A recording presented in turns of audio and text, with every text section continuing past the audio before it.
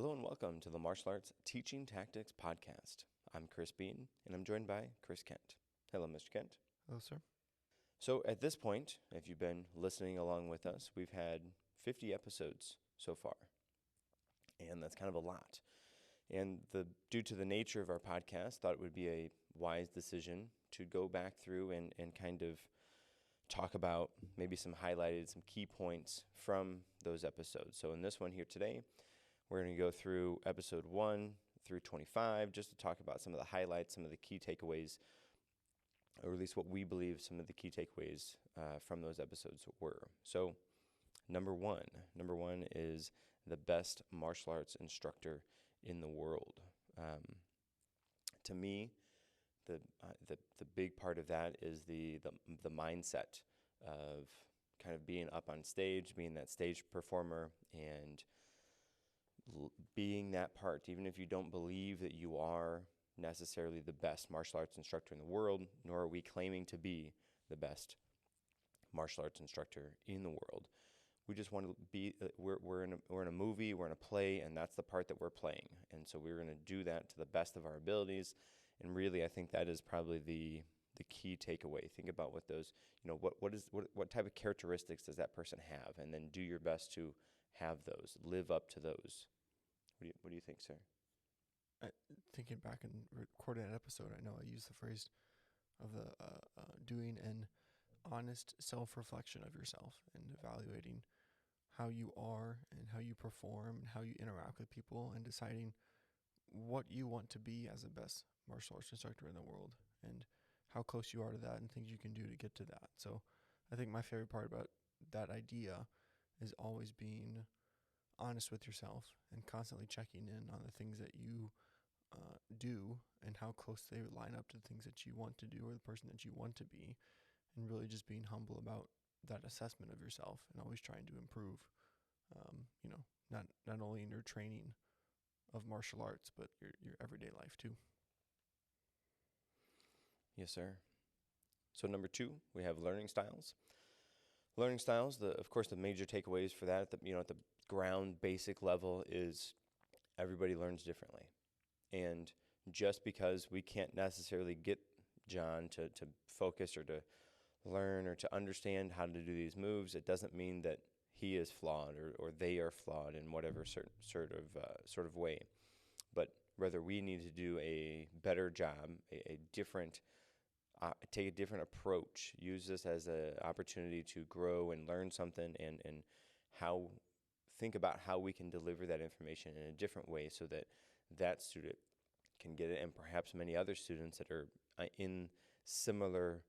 that learn similarly to that person can all understand it. So understand, again, at the great basic ground level that everybody learns differently, and your one cookie cutter example version demonstration of whatever the move is not going to be able to reach everybody.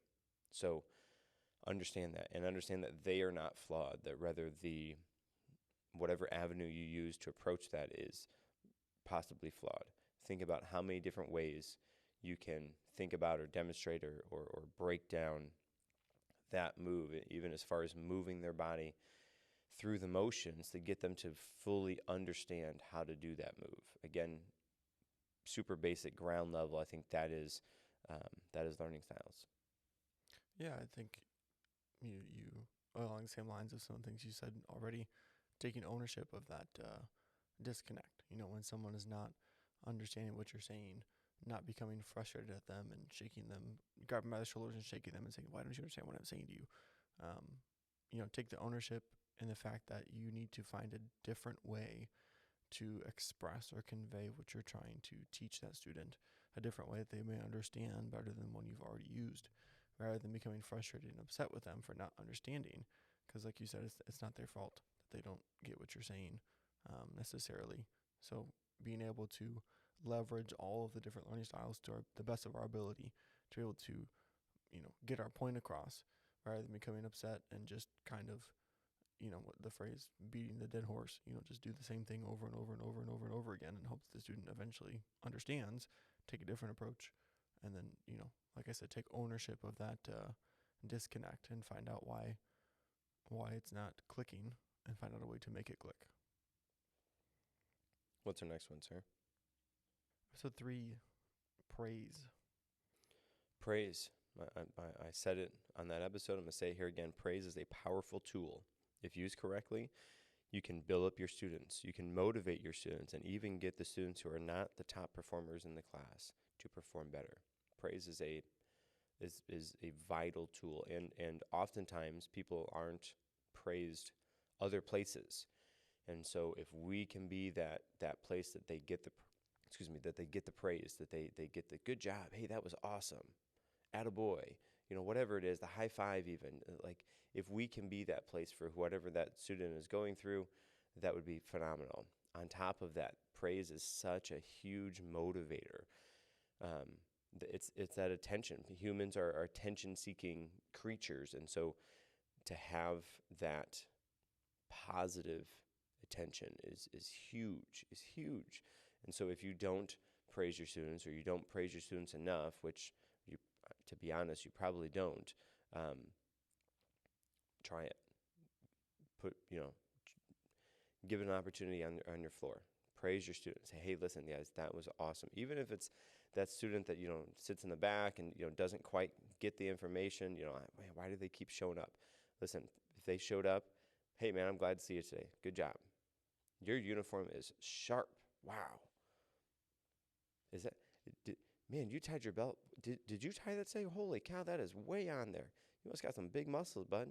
Whatever it is, whatever that is, just that genuine connection that you're making with them by giving them that praise. Even if it's that small thing, give that to them. Give that to them, because that can lead into something else, and that can be that little spark of motivation that will get them to open up and be better. And perhaps better isn't the right term, but will get them to strive to achieve more, just because you thought so highly of them, to tell them good job, to take the time out of your day to say, hey, you know what, I'm glad that you came today. Or if it is the top performer, you say, hey, man, that kick was good, but I'm going to tell you, man, that kick was good. Wow. Whatever it is, just let them know. Praise them for even the small things. Oftentimes as teachers, we are quick to reprimand people when they don't do information correctly,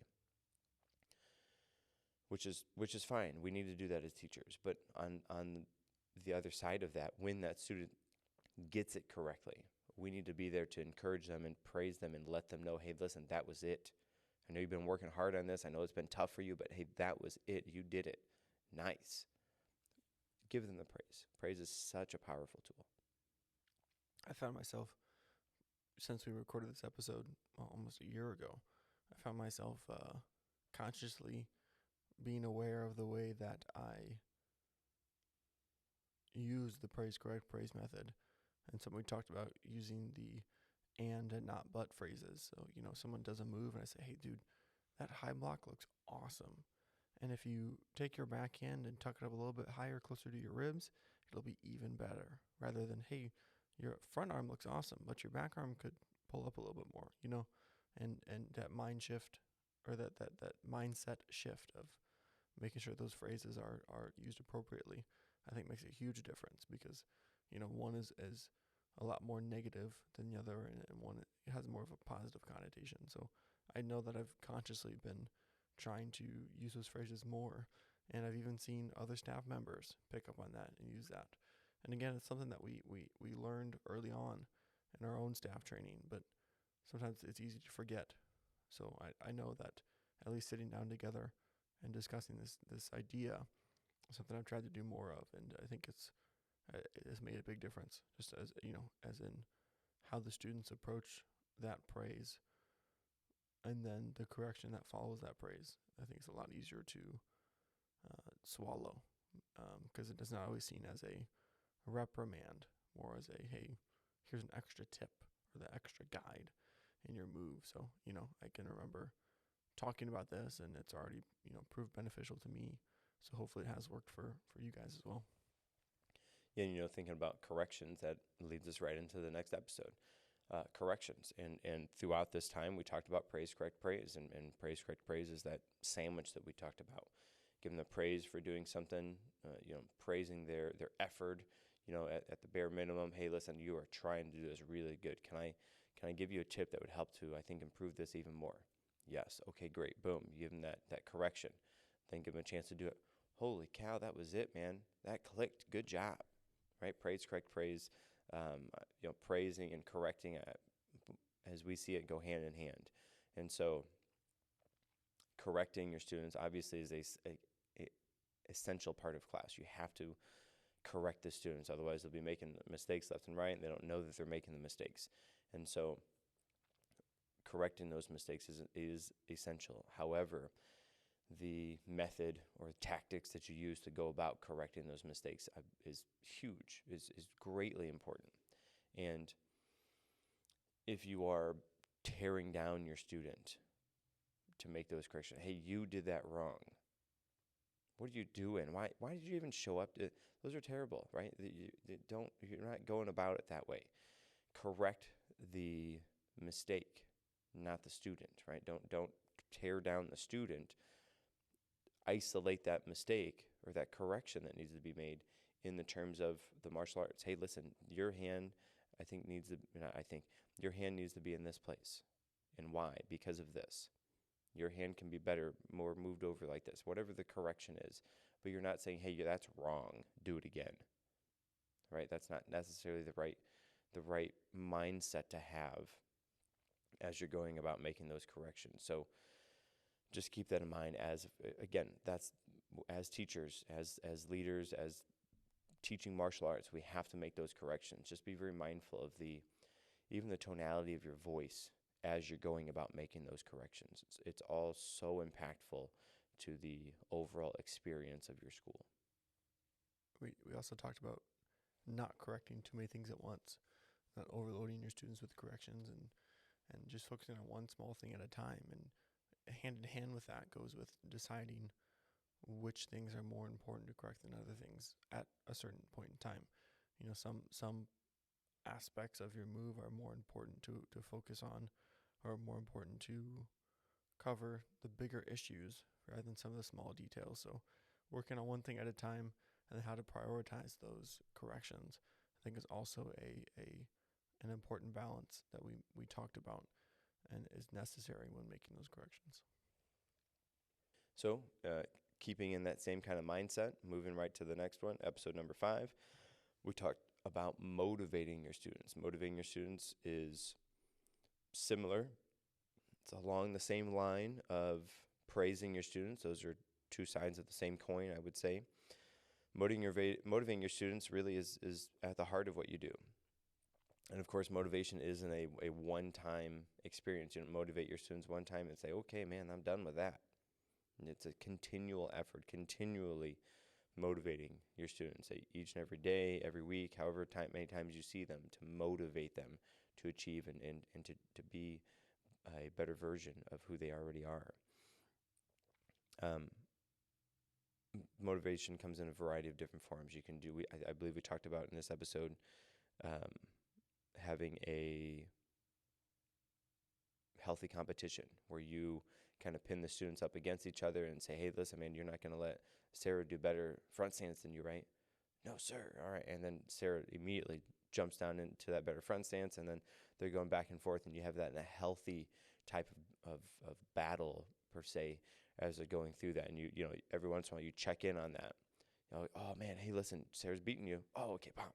And they sink that down, or whatever the instance is that you're using that. But having that kind of motivation there is hugely beneficial, especially if they're trying to compete with somebody else, because that's something they can do almost on their own. It's an effective way to almost duplicate yourself across the floor, especially if you have a lot of people. You can have that, kind of in the area in the back, and you have it kind of in the area off to the left, and you have it in, towards the front. And as you're moving around, you just go through and check on those. And of course, as you're checking on those two people that are competing with each other, everybody else that's in that vicinity, everybody else that's in that area is hearing that, and they also don't want that person to be beating them. And so that way to motivate people is huge. It's huge, and we use that so frequently in our classes. That is really kind of at the foundation of one of the, I would say, the core values or beliefs or tactics that we use as we're teaching the classes. That type of motivation. I know I mentioned also the fragility of motivation and how, it's really takes a long time to build up motivation sometimes, and then it can be shattered or broken down in an instant. And so I think it's important, as we also talked about, to try to instill that into your student's identity. I am a martial artist. I am someone who trains hard. I am someone who practices hard. I am, someone who is really invested in the martial arts, not just the time I'm here for class, but also outside of class to practice as well. So, you know, there's different ways that we can use to motivate them externally, but also implanting that internal motivation in them so that it becomes stronger and not something that is, as fickle or as fragile as it can be. Moving on to episode number 6, we have effective and efficient teaching. And really that comes down to choose your words wisely, be precise with your speech, as Jordan Peterson says. If you're going to say something, make it impactful, make it meaningful, make it directly contribute to what they're doing right now. Don't stop the class to tell some random off-the-wall story that has nothing to do with anything that they're doing, right? Make it meaningful for them. And in doing so, on top of that, as you are demonstrating the moves, keep it concise to the move, right? If you're demonstrating how to do a low block, you don't need to say, oh, yeah, on my way to work today, I saw 5 cars. Okay. Or that probably would not be a very good random story to tell. But, whatever the story is, don't diverge, right? Stay right on the path and keep it consistent and true to whatever it is that you're teaching, right? And as you're doing those teachings, keep your demonstrations, your examples, the explanations of them precise, because oftentimes if you get too far off into left field as you're demonstrating all of this stuff, your students aren't going to remember why they're doing what they're doing or what they're doing, because okay, all right, everybody got it? And everybody's confused not only by the story that you told or how that connects, but also, man, what did he actually want me to do? I forgot, because he told the 5-minute story about his drive into work today. I don't understand. What are we supposed to do? So keep that under control, I guess, as you're demonstrating or explaining the moves. And if you are the type of person that is very good at, for lack of a better phrase, overcomplicating things, do your best to simplify your speech so that you are using words that everybody can understand and you're not overcomplicating it, but rather giving it in the clearest, easiest to understand, all the meat, no fat version of the explanation or even of the class in general, right? You don't want to have fluff drills, cut the fat, just do the meat. Know how to do the things that you're teaching. Know your moves, know your material. On top of that, know what you're supposed to teach that day. Know when you're teaching those moves and that material. And then we talked about having a go-to list of analogies or a go-to way of describing something, because when you teach a low block for the 1,000 millionth time, it's not effective or efficient to be fumbling or searching for words on how to do those moves. So know how to do the move, know how to teach the move, and then have the most efficient and effective way you can deliver the information, hitting all the key points you need to hit without diverging or going off on a tangent or talking for too long. Streamline your teaching so that it's easier and more effective, and therefore making you more efficient. Moving to the next one, number 7, teaching big classes. And if you haven't taught a big class in a while, teaching big classes can be tough, can be challenging. In this episode, we broke down a handful of different ways, different methods, different tactics that we do if or when we're teaching those big classes. And if that starts to become a normal occurrence for you, maybe you need to think about how your class structure is, like as far as your schedule for the night. On top of that, do you have staff that helps you with class? Do you have, junior team members that come in and help you with the class? What is that process like? And maybe get that ball rolling so you have help for the classes. On top of that, if you're teaching a big class, one thing that you can do is keep everybody all together. And if it's a one class occurrence, if you have I know we did Buddy Week a few weeks ago, and that was a huge turnout. Some of the classes were quite large.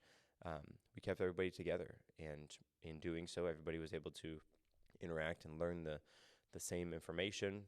I had team leaders, kind of positioned throughout the floor, so we had full coverage. Everybody was watched at least by, one every other move that they were doing. So there was almost every time they were doing something, somebody was there to help them along the way.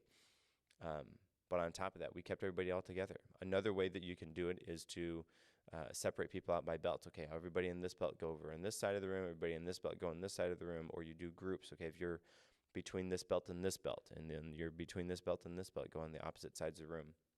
Then you go over here. Okay, here's this new information. You guys work on that. Okay, here's this new information. Okay, work on that. And then you just kind of move yourself around through the floor, making your cycles, and you do the whole class that way. And again, those are ways that we found to teach those big classes. And again, big classes can be daunting. They can be, fearful, for lack of a better term, I guess. You could be afraid to teach those big classes. You don't necessarily know what it's like, or how big of a class can you actually manage. We had almost 50 people here on the Buddy Week, and everybody was having a blast. It was fun. I had fun teaching it. All the students had fun. It was phenomenal. And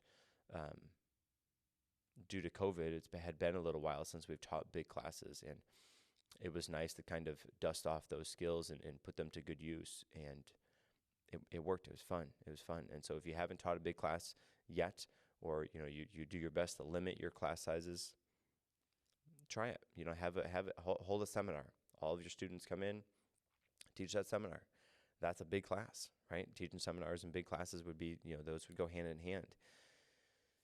Use that as an opportunity. Everybody already knows you. They maybe already know the moves that we're going to do, or that you're going to do rather, and you just tweak them and give them maybe a little bit different highlight, different areas of the move, and use that as an opportunity to gain some skill in teaching a big class and see what that's like, and see what you like about it, see what you could do better, and learn and grow from that. Teaching big classes can be scary, but they also can be incredibly fun and rewarding, both for you teaching and for the students. So don't shy away from big classes. Big classes are fun. And in that fruitfulness, to make sure you don't show that to the class. Don't let them know how overwhelmed you are. Don't let them know how fearful you are. Keep your cool and prioritize the most important information, and then, section them off, put them in groups, and then just get it done. Like you said, it can be fun to teach those classes and have that high energy and lots of people in the group. So, don't become overwhelmed. If you're overwhelmed, don't show you're overwhelmed, but just make a plan, execute the plan, and then have fun along the way. Number eight is turning a bad class into a good class. This is as with any of this stuff, this is a skill. And being able to recognize when and if the class is going off the rails, so to speak, what you can do about it, right? Being able to recognize it, of course, being the foundation, like something you have to be able to do. Man, I'm losing these kids or these students, what's going on? What did I do wrong here? How did this happen? That's the spiral that you're going to start to go down. Don't do that. Not yet. Not during the class. Realize that something's happening that isn't necessarily under your control, or it's starting to go off the rails. Switch it up. Do the next drill. Do something. Do one of your 5-minute drills, your 5-minute games. Put something in there to help to reset the focus, and then go back to whatever the next thing is. And being able to see that that's happening in the moment, and then change it on the fly. And then later on, after the classes are over, dissect what happened and do your best to prevent that from happening in the future. And when you do experience those bad classes, make sure you can compartmentalize. Don't let one bad class bleed into the next class, and then that class become bad, and the whole night become a whole night of bad classes. So if you do experience that class, do your best to turn it around. And then when you move into the next one, start fresh. Don't let that overwhelm you or carry over and, start fresh. That way you don't ruin the whole night just from that one bad class. So number 9, we talked about the learning cycle. Learning cycle is how everybody learns anything, and no matter if it's a math problem, if it's a history lesson, whatever it is, everybody learns in these 5 stages. These five steps in this process. Everybody has to go through these. Number 1 is information intake. Number 2 is guided practice. Number 3 is self-practice. Number 4 is situational-based practice. And number 5 is touch-up. And if you are able to deliver these all to your students without skipping any of these steps, your students will know their information. And it's real simple. Information intake is you giving them the information. Guided practice is you helping them practice. Guide them through practicing. And then you have self-practice. Or rather, they have self-practice, which is where they practice by themselves. Situational-based practice. You use these moves, tactics, tools, defenses, whatever, in a specific situation that directly correlates to when or if they would ever have to do those. Followed up by touch-up. Touch-up, as Mr. Kent said on that episode, is maintenance. You just go back and you use your maintenance on those moves and make sure they don't get too much dust on them, they don't become broken down or messed up. You work them so that they can maintain that information. And that's my recap for that one. That's it. Yeah, and being able to identify what phase you're in or what step you're in and really emphasize that part of the step, I think, is key in keeping your students on track.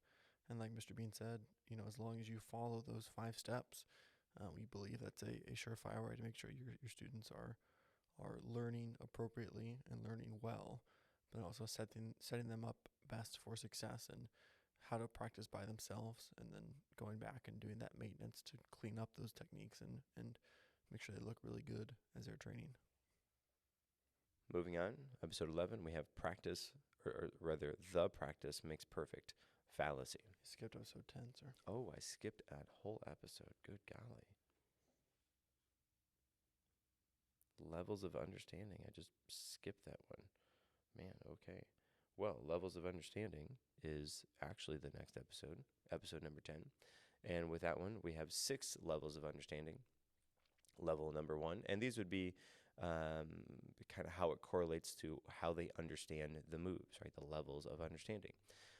Level number 1 is basic knowledge. They know perhaps that's the move they need to know, and they sort of can identify it. If somebody were to do, oh yeah, hey, that is a low block.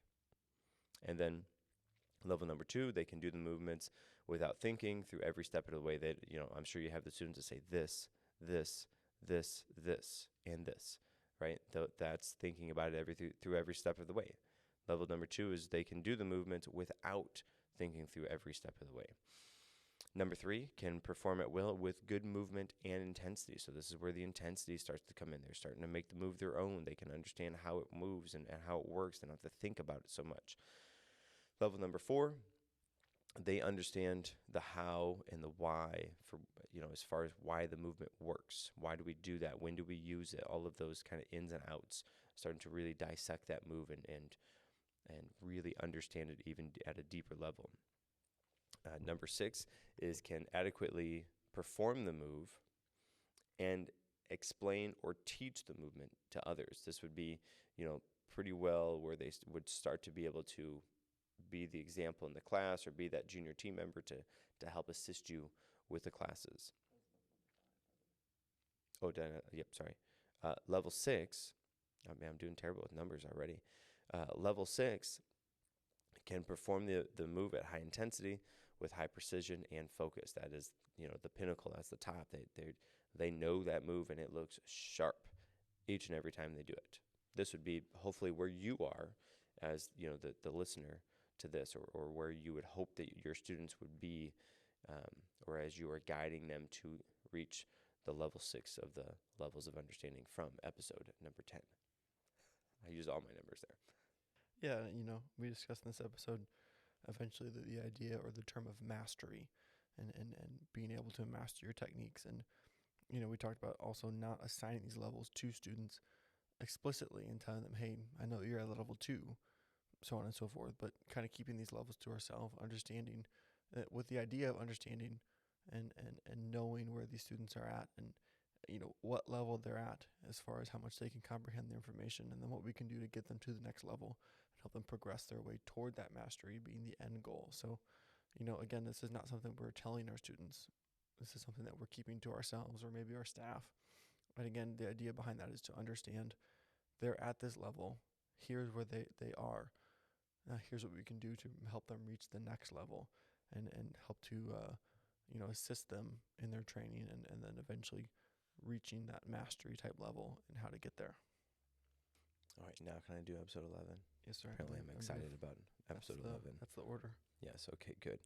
Episode 11 is the practice makes perfect fallacy. Everybody's heard practice makes perfect, and that's wrong. In my eyes, that is wrong. That will set you up for failure. And then everybody's, next step for that is, oh, well, perfect practice makes perfect. Also is, in my opinion, wrong.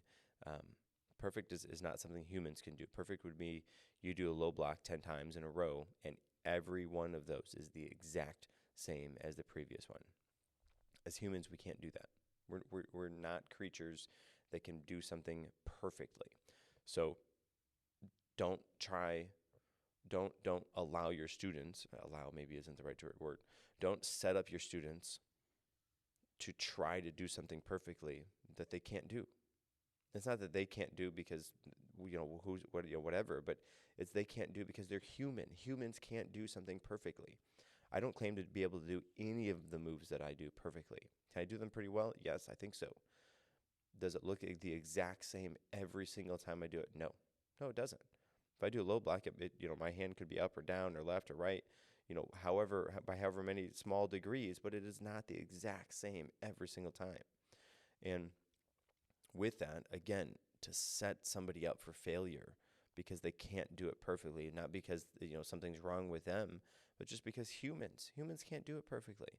So the flip side of that, what the phrase that I like to use is practice makes permanent. The way you practice is the way you're going to perform. And I always give the example of writing your name. You've written your name, however many million times throughout your life. Does it look the exact same every single time? No. Okay, well, there you go. Can't be perfect. Now, can you work on it? Can you make it better? Yes, absolutely. Now, if while you're learning your name, you spell it somehow wrong, you switch to the letters, is it perfect? No. You practice it a million times. Is it perfect? No. Okay, well, practice makes perfect doesn't work. It can't. Practice makes permanent. You're going to know it that way until you do something about it and make it better. You're going to continue to spell your name wrong until you practice it and override those incorrect spellings with the correct spelling so it gets done correctly. Then as you write your name, it's going to come out the way that you normally do it because practice makes permanent. The way you practice something is the way you're going to perform it. And that is the biggest thing because everybody is told everywhere, practice makes perfect, practice makes perfect. Practice, it does not. It really doesn't. Are there some things you can do perfectly? I guess if you're taking something apart and putting it together, you took it apart and you put it together. Is it back together perfectly? I mean, I guess if all the nuts and bolts are torqued down to the way they're supposed to be, and you don't have a bucket of extra parts at the end, yes, I guess. But that's not me technically doing something. I took this apart and I put it together. The end result is that product. The end result isn't me. So I didn't necessarily do that perfectly. I took it apart and I put it together and it's back together the way it was. I wouldn't agree that is me doing something perfectly. So again, if you use that on your teaching floor, practice makes perfect. For me, please don't. And if you use perfect practice make perfect, also please don't. For the aforementioned reasons or mindset behind that. Transition to practice makes permanent. Hopefully, you agree with that and understand that. And I talk to dance teachers and other forms of teachers since doing this episode and shared that kind of idea or mindset with them. And every one of them is, oh, wow, that's yes, that's it. That's better than perfect is not the way to go, right? You're be setting people up for failure. So practice makes permanent, just like the marker. Yes, sir. Our next episode, episode 12, was the interview with Professor Brummett. And it was really cool for us to be able to sit down with him and kind of pick his brain and ask him some of the questions that we asked each other in our intro episode at the very beginning of our podcast. And then some other additional questions we asked him about, being a leader and being a business owner and being someone who's having to make tough decisions and also, learn mistakes along the way that he can later pass on the lessons that he'd learned from those mistakes. And, some of the thought processes behind the decisions he made in his studio, decisions he made in choosing his staff, and just, be able to hear some of his experience through martial arts and kind of, I don't know, just sit down and have an honest conversation about how he got where he's at. Of course, not in depth. There's plenty more we could have talked about, but being able to sit down with him for a little bit and kind of, discuss those things with him is really cool. So, it's a little bit different and out of the normal from the episodes we've been talking about previously and anything after that, really. But, for us, being able to sit down with him and have that experience together was definitely unique, one of a kind, and I, for one, found it beneficial, if anything, just to, become a little bit closer to him in that experience. And then, I think there are substantial nuggets of information that were shared that we can all kind of benefit from. But, I, for one, am grateful that we could do that with him, thankful for him for making the time. And, it was just a cool little chat we could have with Professor Brummett. Yeah, and really, even despite knowing him for the length of time that we have, I still learn things from that interview, which is interesting. So episode number 13, we talked about grading our students, and we talked about this a little bit already previously. This one we kind of really, went into depth about not necessarily letting your students know, hey, you're at a level 1, you're at a level 2, you're at level 6. Good job, bud. But rather knowing that, internalizing that, and then as we're interacting with them, making sure that we're staying on their level. If we have a level 2, we don't want to treat them like a level 6. Give them, overload them with information. And then same thing on the opposite side. If you have a level 6, somebody that's phenomenal, far and away excellent, excels at everything, you don't want to treat them like a level 2 and give them that little bit of information because they need more. And so, again, that's just for you to internalize, this is this, this person's at this level, this person's at this level, and then treat them as such as to not going too far over their head. Also, this is a good time to let the, from one belt level to the next, if they transition to a different instructor, hey, listen, this person does super good. I would say they're close to level 5 or so, and this is level 4 or 3, whatever it is, just so they have an idea or a little bit of insight that they can gain from you working with them for however long you've worked with them. Now they're on somebody else's instructional list, I guess. But then they have an idea, a sort of a baseline as to how to interact with them so to meet them at their needs. And really, that's really the essential for that. Sorry. No, yeah, I was just gonna say this is also the episode where you mentioned the idea of firm but fair, and you talked about how you tell everybody basically, you are there, and you're not necessarily worried about if your students think you're tough or if you're strict. You're not there to win the favorite teacher award from them. You're not there to be their friend. You're there to teach them martial arts, and you'll be friendly to them, but when it comes time for it, you'll be firm to help them become better, because ultimately you want them to be a better martial artist and better person, and trying to help them become the best student they can be. So, finding out when it's appropriate to kind of, slam the hammer so that they can become better is going to be an important balance for you to find as for yourself. Because obviously some people are going to do it differently than other people, but there is room to be firm, not mean, not a jerk, but be firm but be fair in how strict you're being, entirely with the mindset of helping them to improve and to benefit them. Episode number 14, we talked about quantity versus quality. And this is kind of in the same vein of being efficient on the teaching floor, right? How much information are you giving them? Is it quality information, or are you just trying to overload them? And on top of that, the moves that they're doing, are you seeking them to have a lot of moves that they know okay, or to know few moves that they know really well? And have a understanding, have a baseline, have a not just for yourself, but for your school, your team, everybody who's there. They listen. We want to focus on, if it's quantity, okay, it's quantity. If it's quality, okay, it's quality. But let everybody know that, so everybody's on the same page for that. That way, you're not trying to have Mr. Smith is teaching 18 moves today, and we were only supposed to teach 2, but he wanted to get everything in today, so he doesn't have to teach anything next time, and then they just know it, so they can just practice it. And perhaps at different points on your training or different times throughout the year, this is something that kind of goes back and forth depending on whatever the situation is. But have an understanding of, are you asking for quality or are you asking for quantity? And then have a reason, a backing behind those. Also, we talked about the collaboration between staff members in the sense that, I find myself more.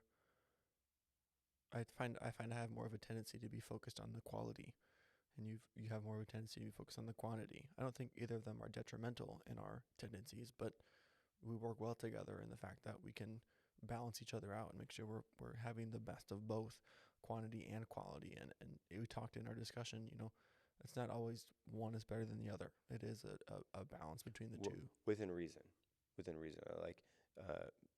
If you quantity could be detrimental if there's no quality. Did I say that in a confusing way? No, I just wanted to clarify that you can go off the rails and teach too much and require no quality, and that would be detrimental. But within reason, they are attributing to the same cause. Yes, sir. Thank you. Yeah, I think I meant to say that, and I'm glad to clarify that. But again, we talked about identifying your strength and your weakness, and then helping each other in those areas of weakness, or using your strength to help someone, and likewise. So again, being able to work together and collaborate, and both focusing on quantity and quality, and having a good balance of the two when it's appropriate, and not letting it become a detrimental quality or focus that you have. So I think, as much as we focus on our students, it's good to be able to focus on working with our team, and really playing off each other's strengths. So the next 3 episodes all focus on your staff, your team, your office team, your teaching team, the team that you are there that are interacting with your clients, with your students. And the first episode, we did that for episode 15, was about staff meetings and the benefit of having a staff meeting, why you have a staff meeting, and even some different ideas or mindsets to go through for the staff. Making sure that they know their information they're teaching, give them some leading examples. Hey, listen, on the floor, I saw this play out. I think we could tweak this and try this instead. Characteristic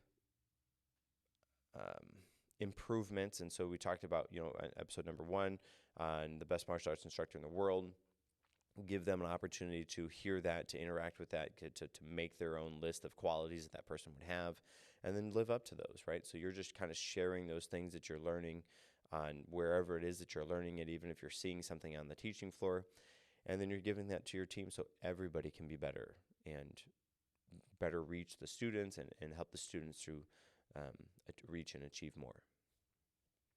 Yeah, and like you said, we had a 3-episode series about this, and the next episode 16, talking about your entire staff and setting up your expectations for them, keeping them accountable for the things that you expect from them, and really trying to instill in them the right mindset and how to be a good worker, and how to make goals, set goals, and achieve those goals, and improve themselves with the idea of improving the team.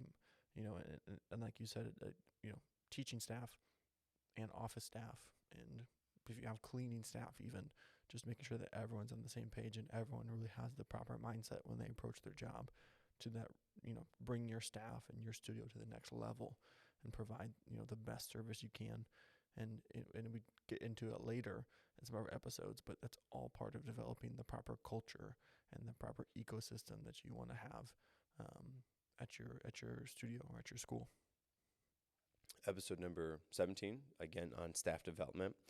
We talked about the cycle of instructors. Your instructors are going to come and go. You're going to have a, maybe it's a 5-year, 8-year cycle that, those team members will be with you, and then starting to work into a system protocol to develop the next round of staff. That way you are not, without team members to help you teach those classes. On top of that, we talked about setting up the junior team member program. These are the students that come in, and maybe they're higher up students that come and help with the lower classes, not teaching, but they're just kind of on the floor to provide another set of eyes, to help maybe to run a drill, to be a line leader, make some small corrections, to be another set of eyes, another maybe like a mini you, sort of say. And then on top of that, we talked about setting up your head instructor for success. If you aren't the head instructor, if you're the business owner, what can you do to help to set up that head instructor for success? And if you are that head instructor, maybe you can kind of think about some different things that you can do to help to set your students up for success. Because really, as the head instructor, that is your role. You are the person who is directly responsible for the students' growth. And what can you do to help to develop them to be better? That was pretty well the summary for that episode.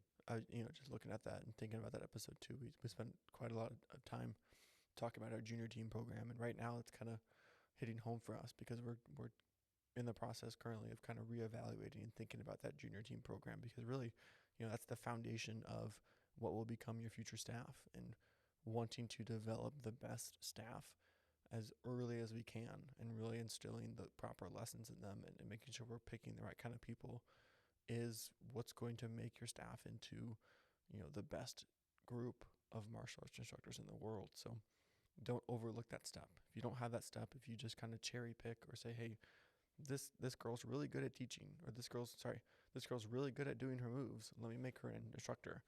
It might work out for you, might not work out for you, but having that program in place and really investing in those people from the get-go, when you start to see those inklings or those seedlings of a good leader, is going to really set you up for success, and then also develop the best kind of staff member you can. So again, that just stuck out to me because it's something that we're currently going through, and I just don't want to brush over necessarily or overlook how important that development can be. Moving on to episode number 18, we talked about your testing your students, and what are the protocols you have in place for that? Do you have some sort of preparation that you do? Do you have something to check the inventory of belts that you have, to order the new belts? If you have trophies, have boards, whatever it is, to have some sort of preparatory information or checklist sort of to get ready for that. On top of that, if you have scoring sheets, what do those look like? If you don't have scoring sheets, maybe at least take time to evaluate if scoring sheets are right for the right fit for you and your school, or the way that you run your testings, or the way that you would like to run your testings. From there, how do you run your tests? Is there a standardized, this is the time we're going to do our test? Is it, every 3 weeks? Is it the students come to class, they think it's a class, and nope, okay, hey, listen guys, pop quiz, we're going to test today. Hopefully you practice your stuff, because otherwise you're going to not get your belt. What does that look like for you and your school? And having kind of a standard operating procedure for those things, I think is hugely beneficial. And if you haven't thought about that, or you kind of are haphazardly going about those things, what perhaps can you do to smooth those things out, not only for you as the person who's running those things, but as the students who are interacting with those things. And the students are they're directly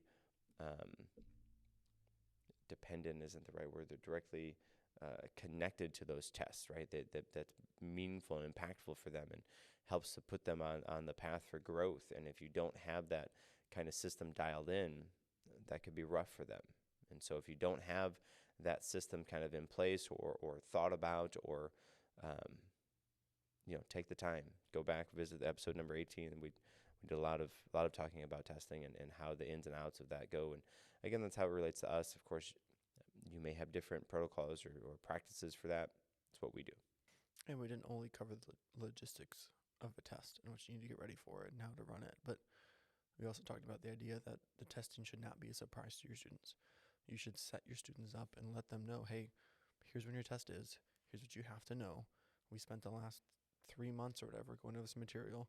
It shouldn't be brand new to you. You don't really show up to your test and you're surprised by a whole new move that you didn't even know. If you've been coming to class, you've been practicing, should be a piece of cake for you. Don't make it a surprise. Make sure that you set them up as best as you can. Not that we're saying, hand them their belts or say, here's your promotion. They still need to earn it, but all of the hard work is done before that test. The test is just that, for lack of a better term, it's the ceremony and the rite of passage to earning that belt. But all that work is done beforehand and leading up to the test. Maybe have your pre-qualifiers or, have your stripe tests or your pre-tests and make sure they are ready. Make sure they know what they need to know when they come to the actual test. So, don't use this maliciously and don't test your students viciously, trying to catch them up. Make sure they're prepared. Give them the tools they need to succeed so that when they get to that test, they do succeed and they can achieve the goals that they've laid out for themselves. So moving from testings and how you run your testings to number 19 is taking notes at your testing. Understand that your students are going to be a reflection of their time with you. And if you drop the ball on something, or if somebody in your team dropped the ball on something, it's going to be very clear at the testing. If you have the entire group of green belts that did, whatever the move is incorrectly, okay, it's hard to reprimand them for that. Especially if it's across the board, everybody unanimously did something incorrectly. That's a teaching issue, right? Somebody on your teaching staff, whoever it was that taught the green belts, did something incorrect. And we need to fix that. So taking notes at your testing, used as a time to reflect. Okay, listen, I think this could be better. This could be improved. Or, wow, they did really good on this. Or whatever it is. Take those notes and then go back and interact with those notes. Use the whole next testing cycle for them to improve those things so that as the time, throughout their time with you, they are improving not just on knowing the moves, but specifically on the things that they're not doing so well on, because you're taking the time to reflect on them. You're writing the notes at the testing. Hey, I saw this, I saw that, I saw this. And then you prioritize that list. Okay, this is the most important, this is second most important, and so on. Then through over the next testing cycle, the next quarter, fix those things. Prioritize them. Okay, do this one first, this one, so on, so on. As they are moving on and improving, then at the next test, use as an opportunity to reflect again. Okay, how do they do in those things? And this doesn't necessarily have to be a John, here's his reflection. Sally, here's her reflection. No, maybe just like this belt group. Okay, and then you can date that, and then from there you can pretty well tell who was in that belt group and so on.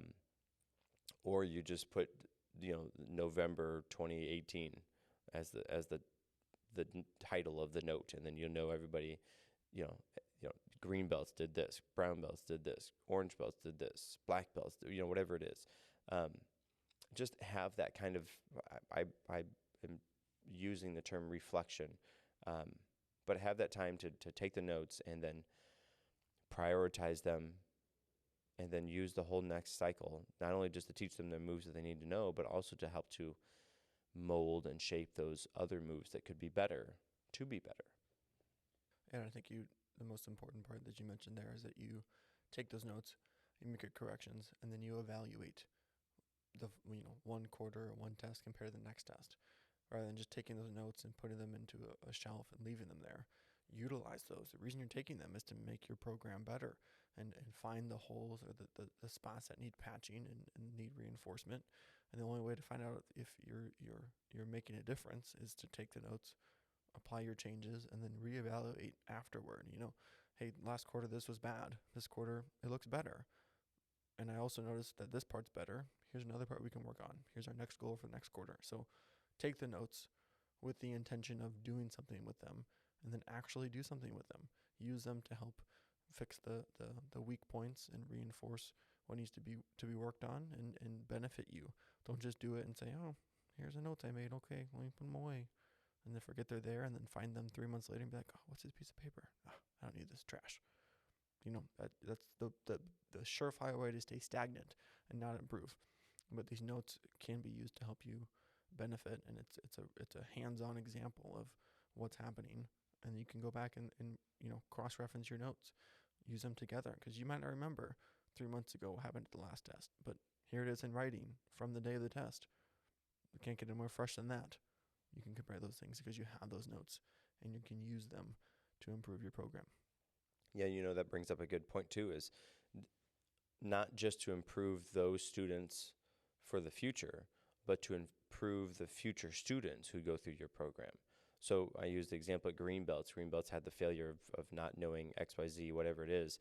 Yes, you need to fix those students so they can do those better, but we need to help the instructors so they can teach it better, and then put some tools in place so that those Greenbelts never have that opportunity again. Like they know that move inside and out, backwards, forward, upside down, whatever, because of that instance. So use that as an opportunity, not just to, of course, yes, you have to fix the students that don't know it correctly. We need to help the instructor know what to do and how to do it so they can do it better, but also put some protocols in place that the future students going through your program are never going to have that opportunity to miss out on learning that information again, because you took those notes at the test and because you did something with those notes at the test. Yes, sir. Our next 4 episodes, episode 20 through 24, really all had to do with our curriculum, lesson plan, and class schedule.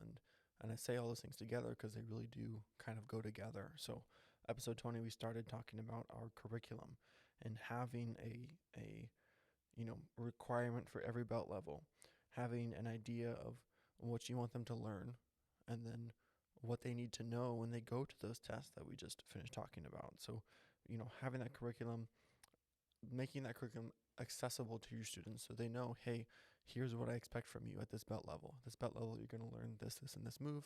You're going to do this, essay, or learn this phrase, this terminology. You're going to know this form.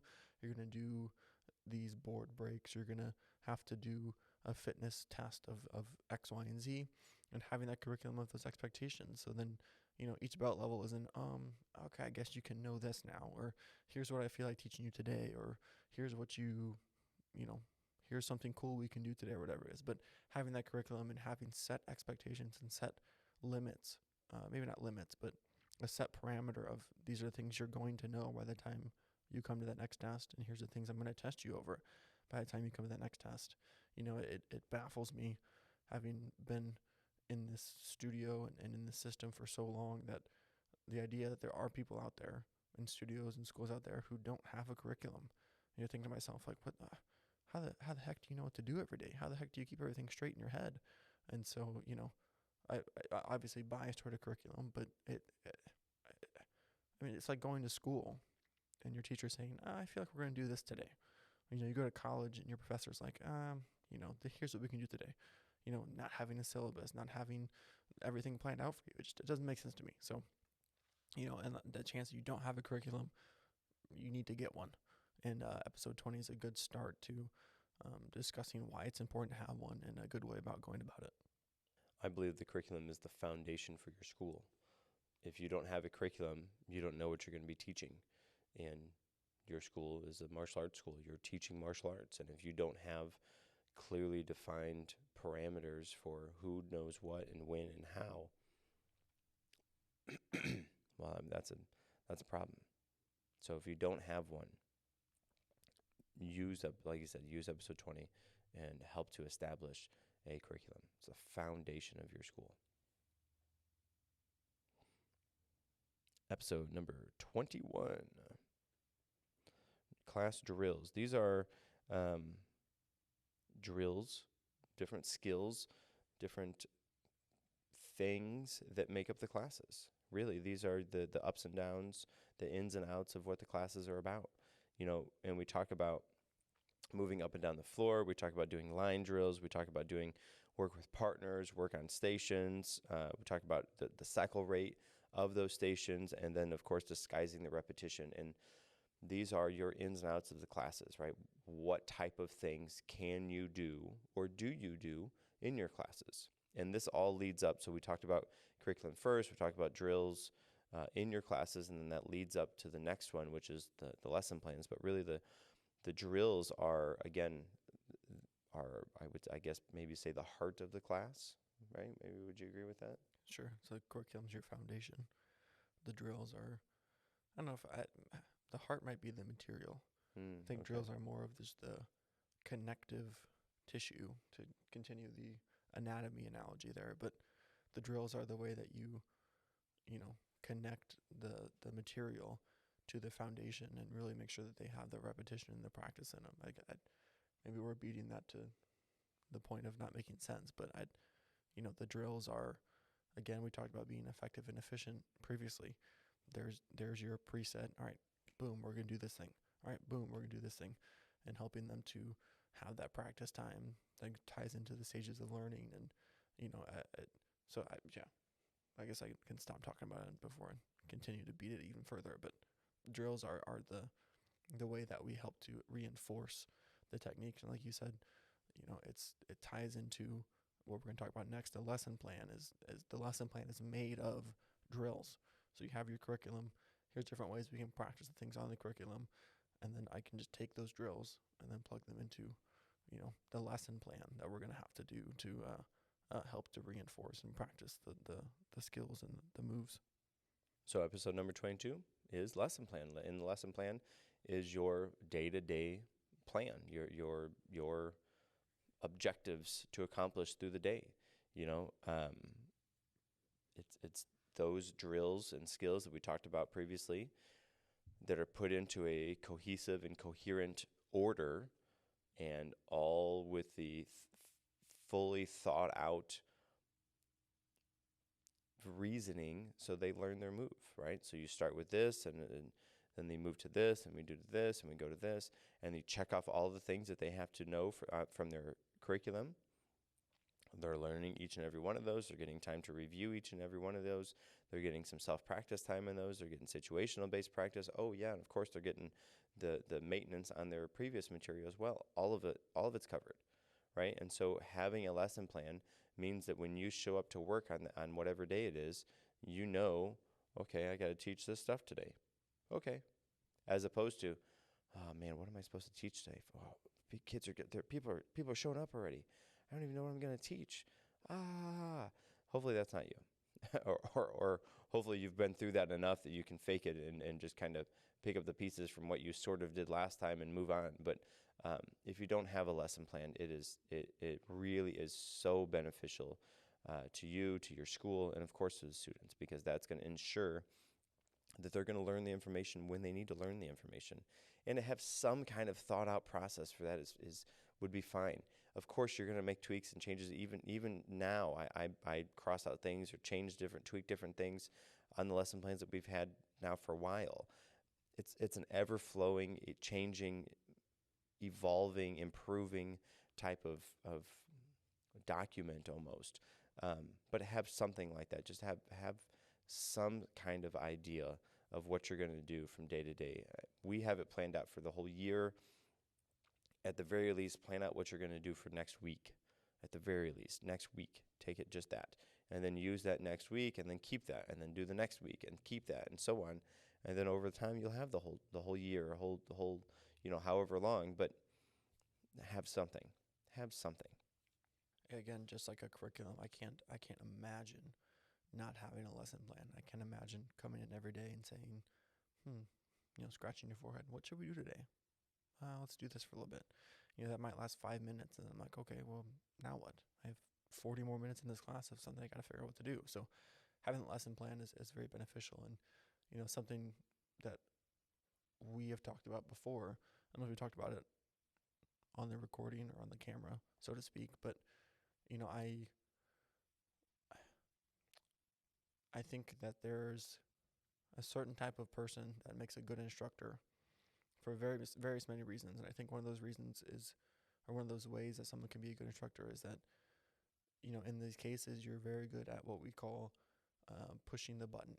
So, for example, we walk into the class, we look at the curriculum. Okay, you need to do this, this, and this. Great. I can push that button. I can activate this drill. I can activate this exercise. I can activate this thing here and there. We're also creative. We can come up with things like that. But being able to just have a plan and run that plan, I think is something that we do excel at. And so, on a certain level, it's very important to have these lesson plans and curriculums. But again, I'm not trying to negate the creativity. Sometimes, like Professor Bean just said, you're going to have to be flexible. You're going to say, hey, this might be more beneficial today than something else, or this might be better to do today, or we don't need to do this, that's on the lesson plan or whatnot. But some days you just come in, you hit play, and you run the procedure, and I think that's something that lesson plan makes it easy to do. And you kind of take some of the thought out of it, because let's be honest, some days you walk in and your brain's not there. Some days you walk in, your heart isn't necessarily there. No matter how hard you're trying, it might just be one of the days where you push play, run the exercises, go home. Without the lesson plan, when you walk in on that day, where's your plan? Where's your motivation? You're gonna sit there and you're gonna be like, dang it, I don't want to be here today. And then you're gonna make everything, centered around that mindset. So again, I think that having that lesson plan, having the curriculum, makes it easier on those days. But also, if you can just get really good at pushing the button and playing the protocol, that in itself is a skill, and that in itself is something that can help you run a good program and make sure that you're getting done what you need to get done. So moving on to episode number 23 is lesson plan layout. And in this episode, we give you the opportunity to hear or to interact with how we lay out our lesson plan. And this is probably not the best way to do it. I'm sure there's more, better, improved ways to do it. What we do, we have our calendar set out. We put in, on January 1st, we're going to teach class number 7, January, and so on, all the way through the entire year. Lesson plans are laid out as class number 1, class number 2, and so on. And for us, we have a beginners, intermediate, advanced, and then black belt class. So that's 4 classes that we teach on a night. There are a couple other ones, but that's the bulk of the teaching through the night. And so we have 4 columns on our page, and page number 1 is class number 1, and column number 1 is beginners. Column number 2 is intermediate, advanced, and then black belt. So when we are teaching, we look at, today we need to teach class number 1. We turn to class number 1, and all of the teaching for the night is right there. Beginner, intermediate, advanced, and black belt. All right there. We don't have to flip around back and forth. And I accidentally taught the beginners the black belt stuff. They probably won't do that, but you understand. Anyways, you don't accidentally teach the intermediate class the beginner stuff. Maybe that would be more likely. Anyways, because it's all laid out. It's all on one page. You don't have to flip and back and forth, and you don't have to rely on somebody else to turn the page. It's all right there. So page number 1 is class number 1. It has all of class number 1 on it. I turn the page. If I want to get to class number 7, I find class number 7. All of class number 7 is there. And that was a relatively recent modification that we made within the past 2 years or so, and hugely beneficial, because before that we had beginners had all, this one, and then we had to flip the page. Okay, now we're in intermediate. Okay, great. Now we flip the page and so on. But to have it all in one page is so much more efficient. And seemingly, why didn't we do that earlier? I don't know. I don't know why we didn't do it earlier. Nobody thought about it. But it's so beneficial to have that. So the way you interact with your lesson plan is just as important as having a lesson plan. If you have a lesson plan, but it's convoluted, it's hard to get through, it's not easy to understand, or your lesson plan is the same every day, and it says hand, foot, self-defense, free roll. Okay, then the next day is hand, foot, self-defense, free roll, and there's no specifics in there. Well, you might as well not even have a lesson plan at that point. Those are really rough bullet points at best. So have a well thought out, a easily defined lesson plan, but on top of that, have a good way of interacting with that lesson plan, because it's not just you. All of your staff members are going to interact with it. Your junior team members need to be able to interact with it. Everybody that's on the teaching floor that's teaching or assisting you teaching needs to be able to interact and know what's going to happen from class to class, from day to day. So important. So important. Right, and that lesson plan layout ties into the next episode, episode 24, talking about your class schedule. So you talked about, have the 4 columns from beginner, intermediate, advanced, black belt. We talked about scheduling your classes in a way that not only makes sense, but also in a way that can provide the most options for your students. So we talked about having, a set of classes on Monday, Wednesdays. They go in rank order. You start with the 4-year-olds, you do 5 and 6-year-olds, you do 7 and up, according to beginners, intermediate, advanced, black belt. It literally just goes down the line from the lowest to the highest. You just go through that order. And then another day, we kind of offer the flip side of that. So if some students can come to an earlier class, they have the one day they can do that. If they can't make it to the earlier class, they have a later option on the other day. They can come to a later option. And providing that diversity in your class schedule is going to be able to help you service as many people as you possibly can. If one day doesn't work, here's another option for you. Or even having morning classes, for some adults or homeschoolers or people that are available at that time, saying, hey, night doesn't work for you, or you don't want to come at night, great. Come here in the morning. I'll be here. We can do our class there and doing that. So building it in a way that not only makes sense, but building it in a way that can also help you provide the most options for your clientele is going to help you to be able to service as many people as possible. And, let's say someone misses a day. Well, here's your more options for you. It's not just here's the one thing you can do. Here's when class is. If you can come here, great. If you can't come here, sorry. Too bad. This is the class time I have. But having the many options is going to be beneficial for your students and beneficial for you, because it doesn't put you in a corner. Here, okay, fine. This doesn't work. Great. Do this one. This doesn't work. Here's this other one I have. Great. Cool. Let's get it done. So, try to make that as diverse as possible. That way you have many options and can service many people. And that brings us to episode number 25. 25 is teaching virtual classes. Like I'm sure you probably experienced during COVID, we taught some virtual classes. We taught a large number of virtual classes. And virtual classes are certainly a different experience than teaching in-person classes for a huge number of reasons. And so having some real baseline things set up for that. Number one, check your equipment, test it out, make sure it works. And on top of that, know the parameters of how close you can get, how far away you can get, of what is your room size that you can actually move around in and stay within that. On top of that, can they see you? Is the lighting on enough, or is it too bright, or whatever? Do you have the light behind you or the light in front of you? Obviously, put the light in front of you. Put the light behind you, look like a shadow. So put the light in front of you so they can actually see you. Of course, on top of that, audio, right? You don't necessarily need amazing microphones like these, but have some sort of audio. If you're recording on a phone and you have music playing, and you're across the room, hoping that the phone is gonna catch that audio in a way that everybody can understand, is probably not gonna work. We did have a microphone similar to like this. We also had little lavalier microphones that we used for a while. We tried lots of different things out as far as microphones. We pretty well set on the camera pretty early on. Lighting was not an issue. We have a gazillion lights in our school, so it is well lit at any time. You just flip the light on, pow, light is everywhere. Audio, we did toy around and change a couple different things, try different things. I don't know that one necessarily was better than the other. We did stick with a microphone that was kind of like what we have here, like the stationary microphone, just so that different people could come in and teach the class and they didn't have to put on the microphone, or because of course you're up and moving around and you're doing martial arts with the microphone on. Sometimes there'd be some background noise or feedback with that. So we did stick to just a standard, was it a condenser, a dynamic? I think these ones are condensers. So Or was that one It was condenser a too? dynamic, I think.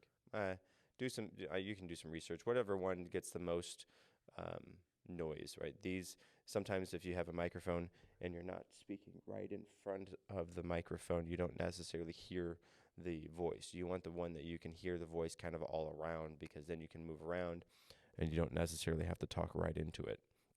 And I believe on this episode we talked about that specific type of microphone that is better dynamic versus condenser. But on top of those things, teaching, like, that's just the setup. Teaching class virtually is a challenge. It's a challenge because we did it through Zoom. Because of Zoom works the way that it does, we had to have everybody muted.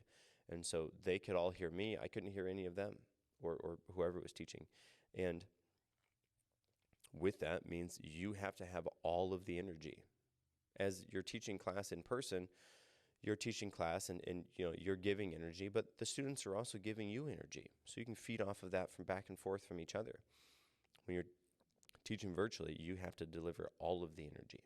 All of it has to be you, which is tough. I can remember coming home after a night of teaching virtual classes and being wiped, just because it's so much more energy output than teaching a regular class. Maybe I'm not moving around as much.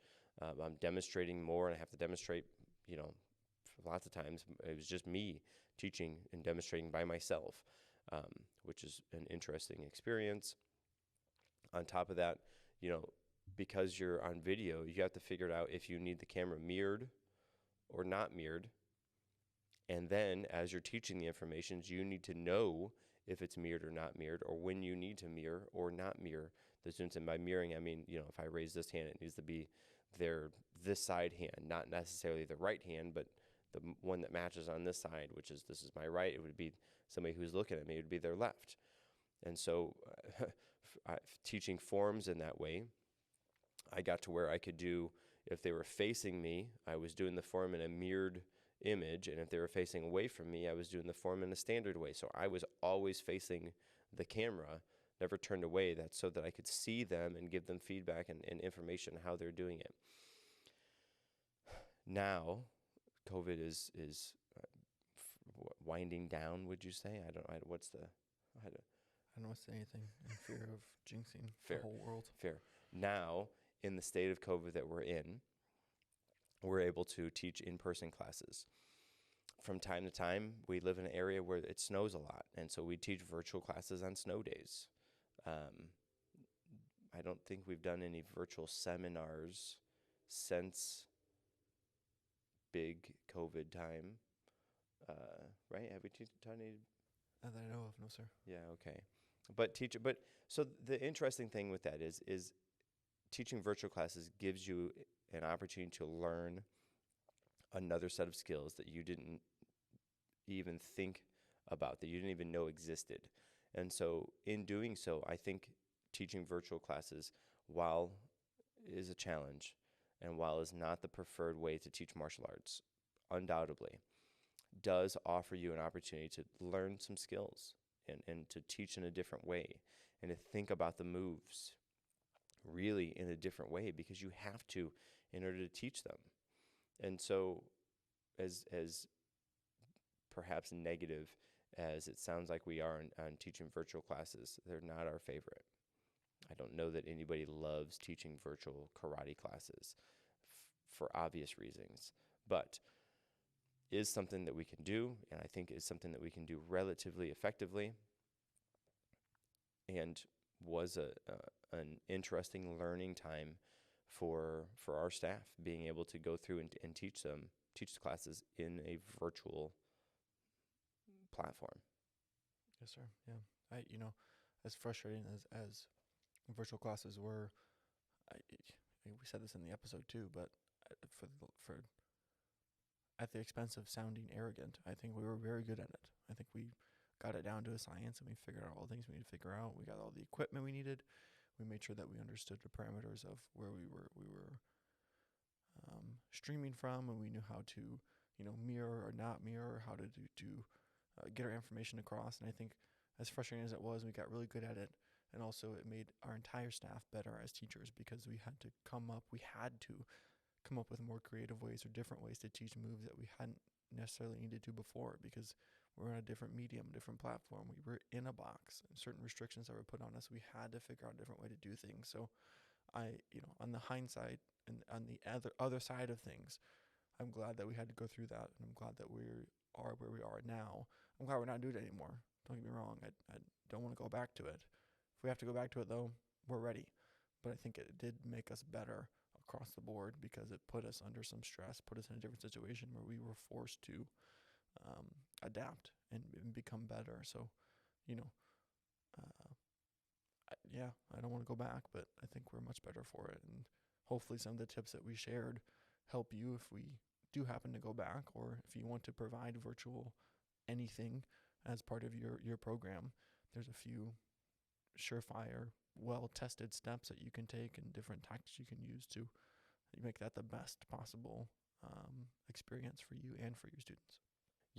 And as bad rap as we are given virtual classes, if it weren't for virtual classes, we would not very likely have a school anymore. And so because of virtual classes, we were afforded the opportunity to continue to teach and to continue to impact our students and to continue to have students, which is very important. And so I am, again, as oftentimes as I think of virtual classes with a not such a great feeling, I am very glad and very fortunate for that experience, because again, if it weren't for that, very likely we wouldn't be here. And I know a lot of martial arts schools are not opened, and it's because of COVID. They had to close and they didn't reopen, which is very sad. And so again, I'm just glad that we were afforded that opportunity. So on a completely different note, that has been the recap of the first 25 episodes. It actually was really nice to go back through and talk about these. Yeah, it was cool to not only reminisce about the experience we had recording these episodes, but also to kind of recap and go over some of the material, because I don't know about you. I mean, I some things I took away and I thought about, such as like the praising and stuff like that, but some of the stuff I hadn't thought about since we sat down to record it necessarily. Not that it's like not subconsciously in there in my head, but remembering some of the ideas and concepts we talked about was, I think, beneficial. So hopefully this is beneficial to you guys too. And of course, we'll continue our recap and finish out the rest of our episodes in the next episode here coming up. But yeah, I agree. It was nice to sit down and kind of go over these things again and as we say, do some maintenance on some of these concepts that we've discussed previously.